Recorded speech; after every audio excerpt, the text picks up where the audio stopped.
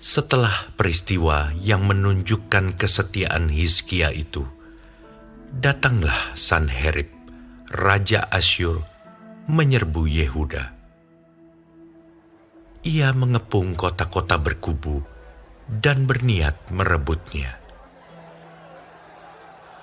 Ketika Hizkia mengetahui bahwa Sanherib datang hendak memerangi Yerusalem, ia berunding dengan para panglima dan pahlawannya untuk menutup segala mata air yang terdapat di luar kota, dan mereka itu bersedia membantunya.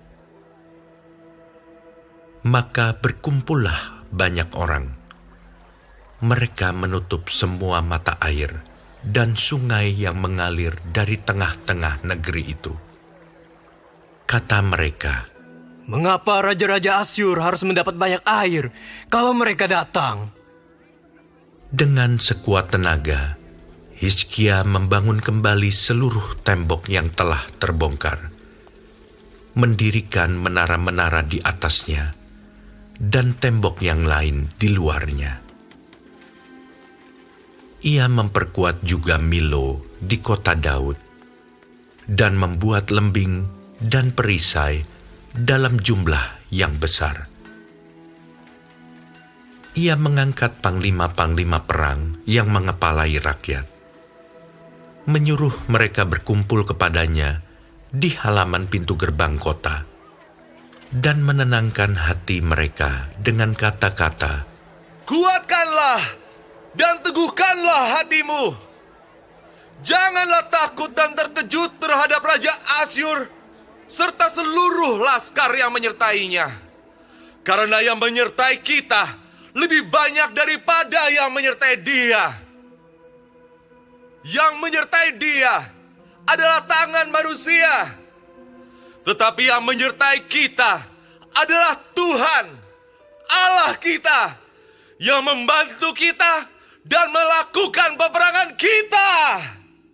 Oleh kata-kata Hizkia, Raja Yehuda itu, rakyat mendapat kepercayaannya kembali. Sesudah itu Sanherib Raja Asyur, yang sedang mengepung Lakis dengan seluruh kekuatan tentaranya, mengutus beberapa pegawai ke Yerusalem, kepada Hizkia, Raja Yehuda, dan kepada semua orang Yehuda yang ada di Yerusalem, dengan pesan, "Beginilah titah Sanherib Raja Asyur. Apakah yang kamu harapkan? Maka kamu tinggal saja di Yerusalem yang terkepung ini. Bukankah Hizkia memperdayakan kamu? Supaya kamu mati kelaparan dan kehausan, dengan mengatakan, Tuhan Allah kita akan melepaskan kita dari tangan Raja Asyur.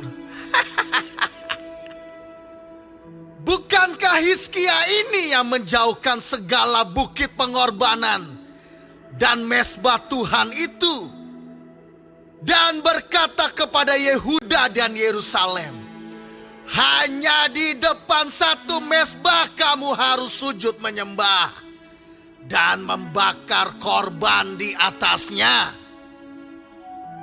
Tidakkah kamu ketahui apa yang aku dan nenek moyangku lakukan terhadap semua bangsa negeri-negeri lain?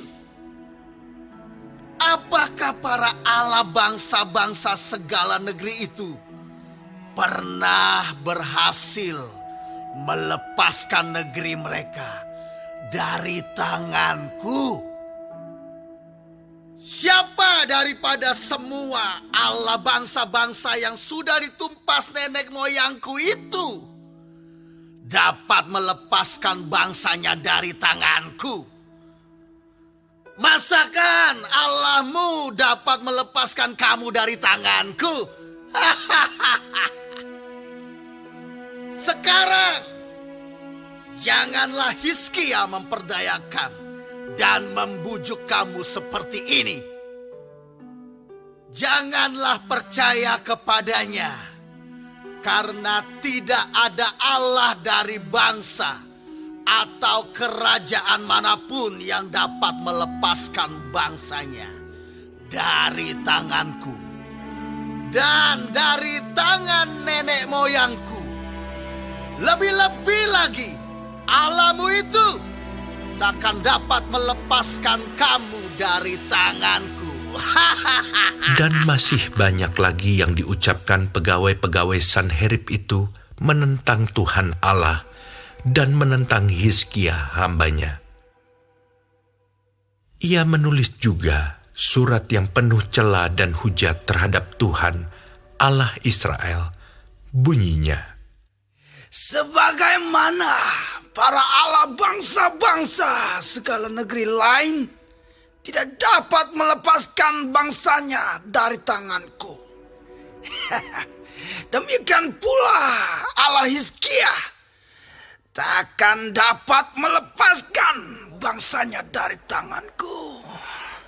dan mereka berseru dengan suara nyaring dalam bahasa Yehuda kepada rakyat Yerusalem yang ada di atas tembok untuk menakutkan dan mengejutkan mereka, supaya mereka dapat merebut kota itu. Mereka berbicara tentang Allah Yerusalem, seperti tentang para Allah bangsa-bangsa di dunia, adalah buatan tangan manusia. Tetapi oleh karena itu, Raja Hizkia dan Nabi Yesaya bin Amos berdoa dan berseru kepada sorga. Lalu Tuhan mengirim malaikat yang melenyapkan semua pahlawan yang gagah perkasa, pemuka dan panglima yang ada di perkemahan Raja Asyur, sehingga ia kemalu-maluan kembali ke negerinya. Kemudian ia ditewaskan dengan pedang oleh anak-anak kandungnya sendiri ketika ia memasuki rumah Allahnya.